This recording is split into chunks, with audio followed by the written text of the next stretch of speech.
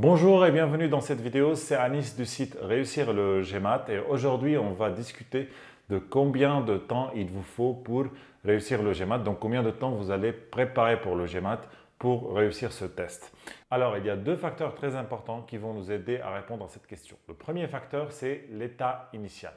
Donc si vous êtes très brillant en maths, vous avez fait bac S avec spécialité mathématiques, avec 19 sur 20 en bac en maths, ensuite vous avez fait 2 ans de prépa et une école d'ingénieurs, très grandes écoles d'ingénieurs, ou bien que vous avez fait licence en mathématiques ou bien en physique.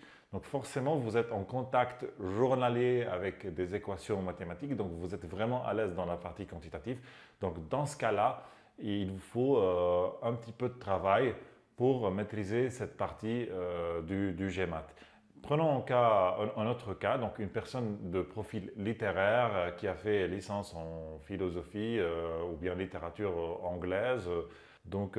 Et cette personne a vécu 6 ans à l'étranger, dans un pays anglophone, où elle maîtrise très bien la grammaire anglaise. Son père, il est anglophone aussi. Donc cette personne, elle sera beaucoup plus à l'aise dans la partie verbale du GMAT. Donc elle a moins de choses à préparer. Donc, imaginons une personne qui maîtrise vraiment l'anglais et maîtrise vraiment les maths. Cette personne, elle n'a pas besoin de travailler beaucoup le GMAT, peut-être 2-3 semaines et elle réussit. J'ai un exemple, donc j'ai un élève qui était très brillant en maths, très brillant en anglais.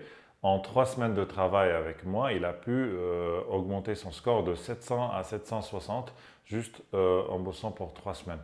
Donc voilà, ça peut se faire si on est vraiment doué dans les deux matière à préparer. Donc, mais la plupart des gens n'est ni brillante en maths, ni brillante en anglais. Donc, la plupart des gens ont un niveau moyen, suivant en maths, moyen en anglais, ou un peu plus, un peu moins que la moyenne, quoi. Donc, il faut vraiment travailler. Il ne faut pas dire que, allez, le GMAT, je vais le passer, je vais me préparer pour 2-3 semaines et ça y est, c'est bon.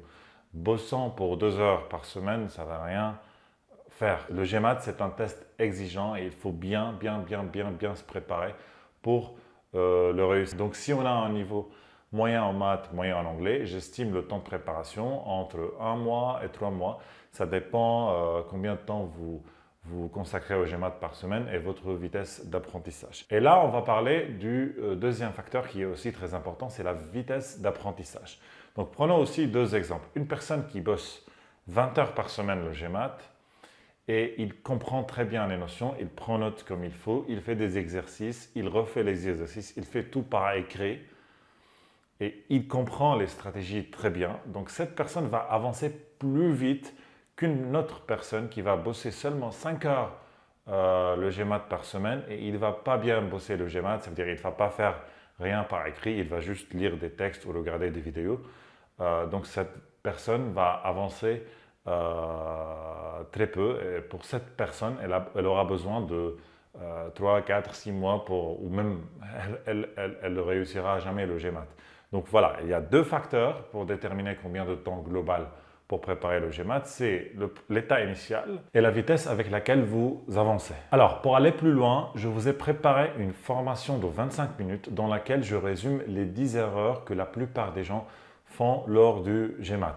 Donc, c'est des choses basiques que vous avez appris au lycée, mais la plupart des gens font toujours ces erreurs-là. Pourquoi? Parce qu'ils ont oublié ces notions-là.